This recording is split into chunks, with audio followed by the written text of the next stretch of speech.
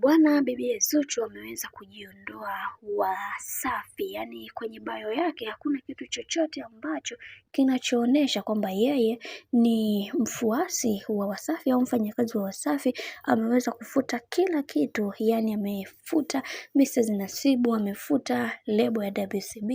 Hili jambo bwana limeweza kuwashangaza watu wengi, na wengi wao wakasema ya kwamba ama hakika Zuchu saizi ameamua kutokana na yale ambayo yaliweza kutokea kidogo wafanye hawa watu waone thamani yao kwa namna moja ama nyingine. Tazama ambavyo mambo yalivyo, na wengi wao walitamani sana kuweza kuona maisha ya bibi Zuchu yakiingia taabani, na wengi wao wakasema kwamba Zuchu hawezi kumove on kwenye mahusiano, ila ni vile ambavyo anampenda sana bwana mkubwa Diamond Platnumz. Sasa hii bwana imekuwa ya kitofauti na ya kipekee sana kwa upande wa bibi Zuchu, kwani kile ambacho walichokuwa wanakitafuta kwa muda mrefu tayari wameshaweza kukipata, na sasa hivi Zuchu ameamua kuweza kufanya maamuzi yake yale ambayo kwa upande wake anaona yanastahili, na kitu pekee ambacho kilichoweza kuwavutia watu ni kuweza kuona maisha bibi Zuchu yamebadilika baada ya kuweza kuachana na bwana mkubwa Diamond Platnumz.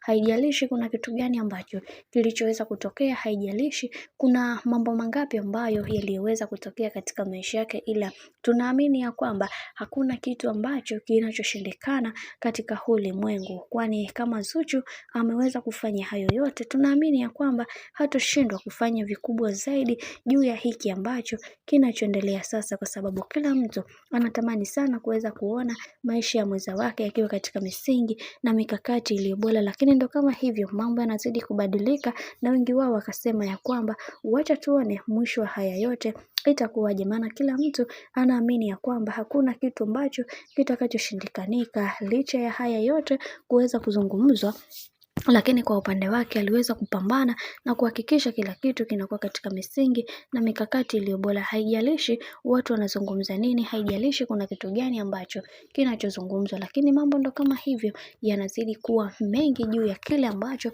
kinachoendelea kwa kipindi hiki.